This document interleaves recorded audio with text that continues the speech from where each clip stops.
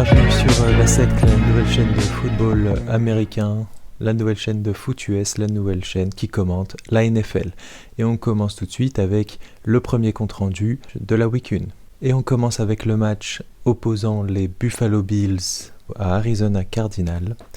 Ce match a été extrêmement disputé avec deux équipes qui ont eu leur moment. En première mi-temps, les Cardinals attaquent très fort le match puisque sur leurs 3 premiers drives, ils scorent un touchdown, puis un field goal, puis un touchdown. Avec un Kyler Murray en tant que quarterback qui est excellent à la passe, qui arrive très bien à se sortir de la pocket, avec un Connor qui vient jouer le jeu de course de manière extrêmement précise et qui se faufile entre la défense des Bills. Les Bills, eux, sont plutôt dépassés en défense. Ils essayent un pass rush qui est rarement efficace et même lorsqu'il l'est, Kyler Murray parvient soit à sortir de la pocket et à pouvoir jouer, soit à jouer en passe rapide, en jeu rapide, en première lecture. Ce jeu de première lecture est possible à mon avis parce que Marvin Harrison Jr., dont on avait parlé dans la preview, étirait la défense des Bills à chaque snap. Les Bills faisaient semblant d'aller vers lui puis se reculer parce qu'ils avaient peur de sa vitesse. Alors Marvin Harrison Jr., on en reparlera, il a été très peu servi, c'est d'ailleurs une des critiques qui a été faite à l'encontre de cette équipe de Cardinals, mais cette attitude des Bills face à lui, cette feinte et puis cette position sur le reculoir du défenseur peut expliquer que Marvin Harrison Jr. ne soit pas toujours l'élément qui a été servi, enfin il a même quasiment été jamais servi, par Kyler Murray.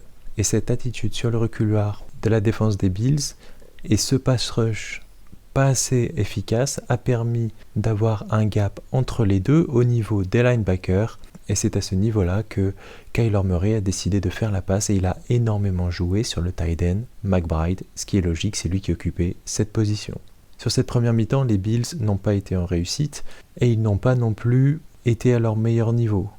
Je pense ici aux nombreux flags qui ont été jetés à leur encontre, notamment pour des false starts.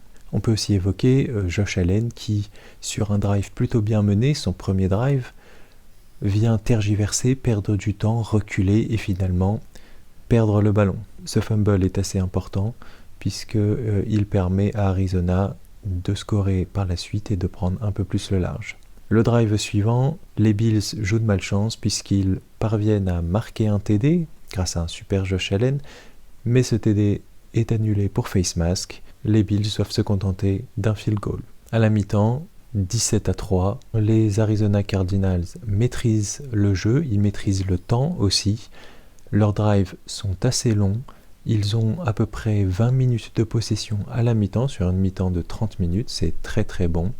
Et on se demande comment les Bills vont réagir. Eh bien les Bills ont réagi avec leur arme principale, c'est-à-dire Josh Allen. Josh Allen rentre sur le terrain avec une détermination sans faille, il décide de prendre le jeu à son compte. C'était la question qu'on s'était posée dans la preview.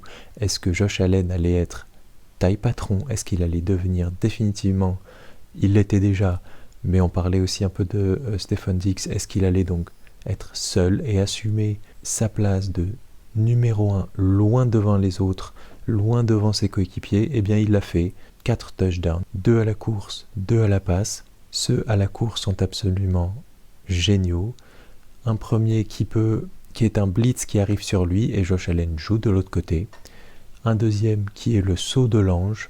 Josh Allen décide de partir à la course, voit le défenseur arriver qui est puissant, il décide de se jeter en l'air et le défenseur passe en dessous de lui. Si vous n'avez pas vu ce passage, je vous recommande, c'est absolument génial, c'est extraordinaire.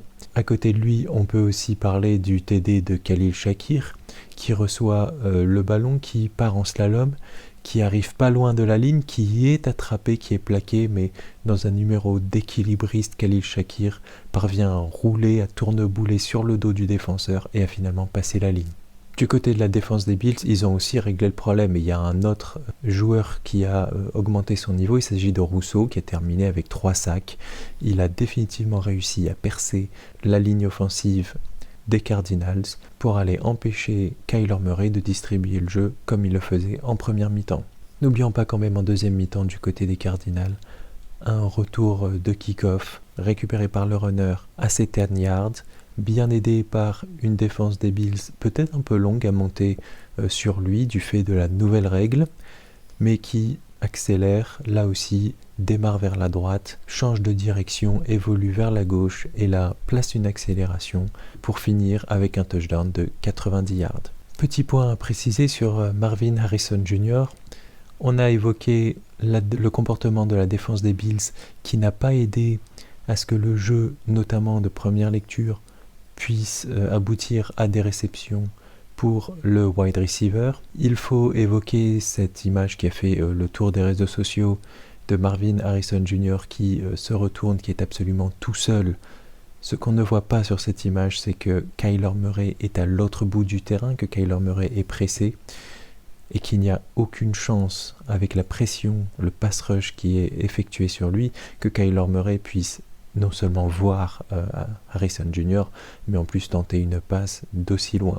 Les critiques à l'encontre de Kyler Murray sont donc un petit peu difficiles compte tenu de son excellente première mi-temps. Les critiques à l'encontre de Marvin Harrison Jr. sont aussi difficiles puisqu'il faut, à mon avis, davantage saluer la défense des Bills qu'attaquer le jeune wide receiver. Au final, 34-28 pour les Buffalo Bills. On avait prédit un match spectaculaire, on n'a pas été déçus. On avait envie de voir un Josh Allen génial, monstrueux, qui prend son équipe en main. On l'a vu. Et on n'a pas du tout été déçus par les Arizona Cardinals. Tout le monde les voit d'un meilleur œil maintenant pour la Week 2 et pour le reste de la saison. Voilà, c'est tout pour aujourd'hui. Je vous remercie de m'avoir suivi. Je vous souhaite un bon week-end, de bons matchs de Week 2 et à la semaine prochaine.